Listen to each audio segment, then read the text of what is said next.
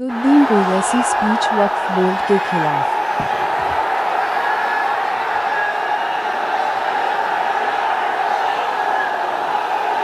औज़ुबिल्लाहि मिनश्शैतानिर्रजीम बिस्मिल्लाहिर्रहमानिर्रहीम अस्सलामु अलैकुम व रहमतुल्लाहि व बरकातहू।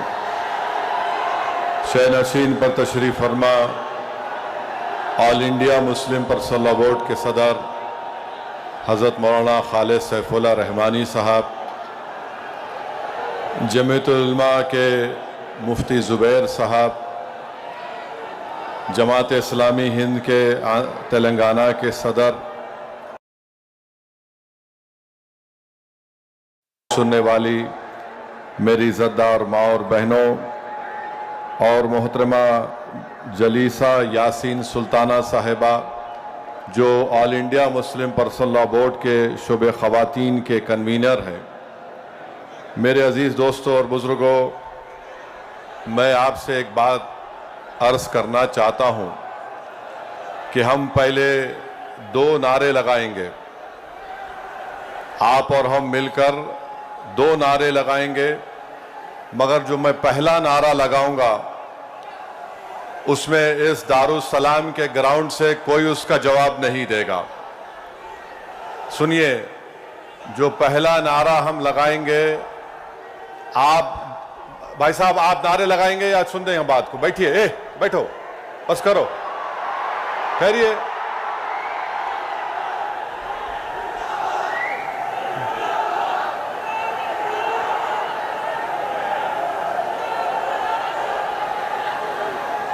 इस ग्राउंड में जितना मजमा है अल्हम्दुलिल्लाह उससे ज़्यादा बाहर है, तो ये ज़रूरी है कि हम उनकी आवाज़ भी सुने। तो मैं बाहर जो मजमा खड़ा हुआ है उनसे अपील करूंगा कि आप हमारे साथ नारा लगाइए। ग्राउंड में कोई नारा नहीं लगाएगा। नारे तकबीर, नारे तकबीर।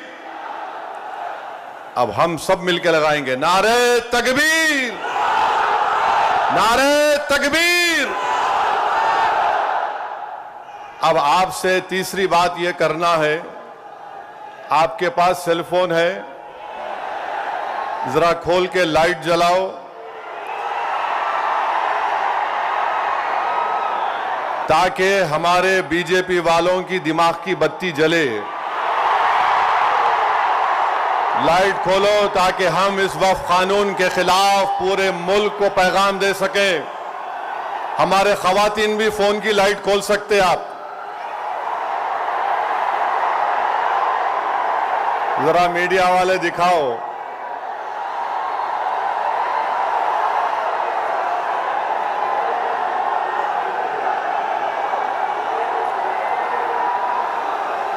आप जरा जेब में रख लो फोन को।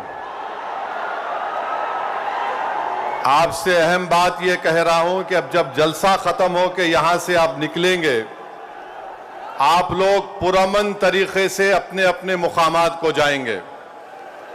आप झंडे लहराते हुए नहीं जाएंगे, सब्र और तहम्मुल का मुजाहरा करते हुए सरजमीन हैदराबाद के अमन को और मजबूत करते हुए आप यहां से जाएंगे। जाएंगे ना आराम से इंशाअल्लाह। और घर को जाके बैठना नहीं, ईशा की नमाज गोल नहीं करना। ईशा पढ़ना है मेरे को भी और आपको भी, तो ईशा भी पढ़ेंगे ना आप।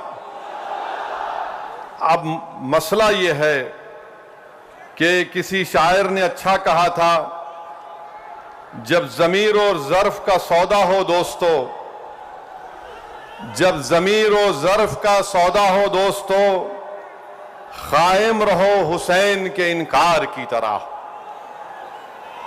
मैं आपको ये बताना जरूरी समझता हूं कि इस कानून के खिलाफ ऑल इंडिया मुस्लिम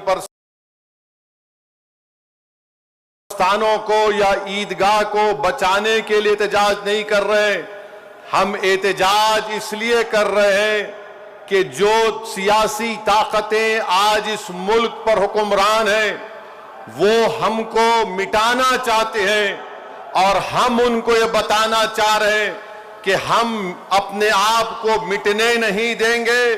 इंशाअल्लाह ताला जमहूरी तरीके से तुम मिट जाओगे। हम उनको बताना चाह रहे हैं कि हम झुकने वाले नहीं हैं। हम अंग्रेजों की 200 साल की गुलामी को कबूल नहीं किए, तो हम तुम्हारे इख्तिदार में तुम जो बैठे हो और तुम ऐसे कानून बना रहे हो जो हमारे आईन और संविधान के फंडामेंटल राइट के खिलाफ है। मैंने पार्लियामेंट में उस कानून को फाड़ा तो सिर्फ अपने तौर पर नहीं फाड़ा, बल्कि भारत के गयूर तमाम हिंदुस्तानियों की तरफ से उस कानून को फाड़ा, जो हिंदू भी है, मुसलमान भी है, सिख भी है, ईसाई भी है, जो आज भी इस मुल्क की खूबसूरती को पहचानते हैं। भारत की खूबसूरती उसका इत्तेहाद है, भारत की खूबसूरती उसका भाईचारा है।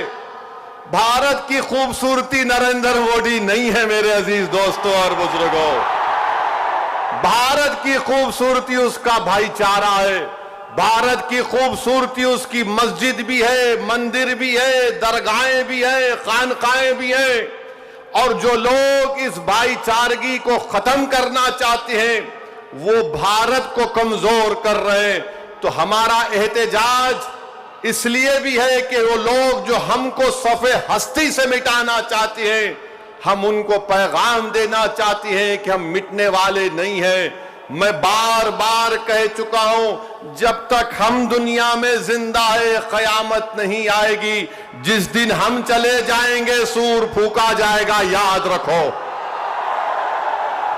और अगर बीजेपी ये समझ रही है कि उन्होंने 2014 में इख्तिदार पर आए तो पहले ट्रिपल तलाक का ऐसा कानून बनाया जो मुस्लिम खवातीन के खिलाफ बनाया, फिर उसके बाद उन्होंने CAA का कानून मजहब की बुनियाद पर बनाया, फिर उसके बाद उन्होंने UAPA के कानून को गंदे तरीके से उसको और ताकतवर बना दिया, फिर उसके बाद उन्होंने मजहब तब्दीली का कानून अपनी बीजेपी जहां पर इख्तिदार में रियासत में बनाया, फिर अब वो यूनिफॉर्म सिविल कोड बनाने की बात कर रहे हैं। 11 साल से नरेंद्र मोदी सिर्फ मुसलमानों की मजहबी शनाख्त पर हमला कर रहे हैं। 11 साल से नरेंद्र मोदी सिर्फ मुसलमानों की मस्जिदों को छीनने की कोशिश कर रहे हैं। 11 साल से नरेंद्र मोदी मुस्लिम खवातीन को ताकतवर बनाने के बजाय उनके सरों से हिजाब को छीन रहे हैं। 11 साल से नरेंद्र मोदी बुलडोजरों के जरिए सबसे ज्यादा दलित और मुसलमानों के घरों को तोड़ दिया। अब यूनिफॉर्म सिविल कोड के नाम पर हमारी शरीयत को हमसे छीनना चाहते हैं। वो शरीयत जो शरीयत एप्लीकेशन एक्ट 1937 है, जब संविधान बन रहा था तो बाबा साहेब अंबेडकर ने कहा था कि शरीयत एप्लीकेशन एक्ट बरकरार रहेगा, मगर आज नरेंद्र मोदी ये समझते हैं कि मैं बाबा साहेब अंबेडकर से बड़ा दूरंदेश हूं। मिस्टर मोदी, आप अंबेडकर के पैर की धूल भी नहीं है, इस बात को याद रख लो आप मेरे अजीज दोस्तों और बुजुर्गों। और दूसरी बात यह, मैं आपसे कह रहा हूं कि अपने सफों में इत्तेहाद को मजबूत रखिए। ये लड़ाई जो आप और हम मिलकर अपने दीगर सेकुलर हिंदू भाइयों के साथ, सिख भाइयों के साथ लड़ रहे हैं, याद रखो बीजेपी संघ परिवार हमारे सफों से बाज मीर जाफर, मीर सादिक को खड़ा करेगी। इनसे एहतियात करो। मगर आज मालूम हुआ कि जाफर पाशा में कश्फो करामात भी है। मुझे अभी किसी ने व्हाट्सएप पर भी जाया कि जो इस वफ़ की कानून की ताईद में आ रहे हैं, जो बड़ी बड़ी बातें करते हैं,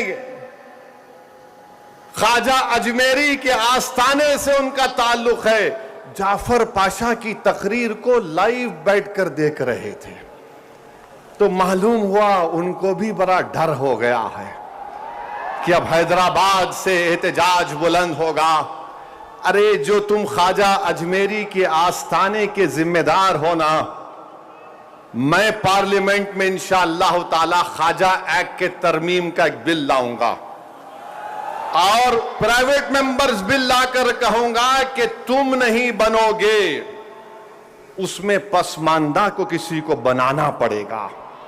तुम तायीद करोगे, मैं तो ला रहा हूं प्राइवेट मेंबर्स बिल आइंदा सेशन में, तुम देखना। अरे तुम लोग कितना गिर सकते हो, तुम कितना गिर सकते हो, कम से कम उस आस्थाने की निस्बत का तो लिहाज रख लो, तुम उस आस्थाने की निस्बत का तो लिहाज रख लो। और इस बात को भी याद रख लो कि जब तुम और हम इस दुनिया से जाएंगे तो आरएसएस वाले अगर तुमको खंदे पर लेकर गए कब्रिस्तान में, तो फिर अंदर जाने के बाद जब फरिश्ते पूछेंगे कौन है तेरा रब, तो तुम क्या मोदी बोलोगे या अल्लाह बोलोगे? देख लो इस बात को। हम तो अल्लाह ही बोलने वाले हैं और बोलते रहेंगे। अल्लाह ही हमारी मदद करेगा और अल्लाह ही इनको शिकस्त देगा इंशाअल्लाह ताला। हम तौहीद परस्त हैं और हमको फख्र है इस बात का कि रब्बे कायनात जिस चीज का मालिक अल्लाह है, मोदी कह रहे हैं कि उसका मालिक अल्लाह नहीं रहेगा। अब मोदी आप खुद देखोगे अल्लाह कैसा बता देगा अपना जल्ले जलालहू, आप देखेंगे। आप इसको, इस कानून को तुमको वापिस लेना पड़ेगा। जिस तरह हमारे किसान भाइयों ने हमको रास्ता दिखाया, हम उसी रास्ते पर एहतजाज करेंगे। जब तक कानून वापिस नहीं होगा, भारत में पुरअमन एहतजाज होगा। आप तैयार हैं कि लंबी जमहूरी लड़ाई लड़ने के लिए, या फिर कोका कोला की तरह उड़ के फिर ठंडे तो नहीं बैठ जाएंगे? क्या आप तैयार हैं जमहूरी एहतजाजी लड़ाई लड़ने के लिए? अगर आप तैयार हैं तो आप अपने आप से वादा कर लीजिए कि जब तक ये काला कानून वापिस नहीं होगा, हम एहतजाज करेंगे, हम पीछे नहीं हटेंगे, पुरअमन एहतजाज हमारा होगा। याद रखो मेरे अजीज दोस्तों और बुजुर्गों, हम अल्लाह जिस जमीन का, जिस जायदाद का मालिक है, उसकी हिफाजत के लिए आगे बढ़ रहे हैं। हम अल्लाह के घर की हिफाजत के लिए आगे बढ़ रहे हैं। हम औलिया अल्लाह के आस्थानों की हिफाजत के लिए आगे बढ़ रहे हैं। हम अपने ईदगाहों की हिफाजत के लिए आगे बढ़ रहे हैं। और याद रखो इंशाअल्लाह ताला अल्लाह हमारी इस कोशिशों को कबूल करेगा, अल्लाह हमारे इस ईसार को कबूल करेगा। हम जो कुछ भी कर रहे हैं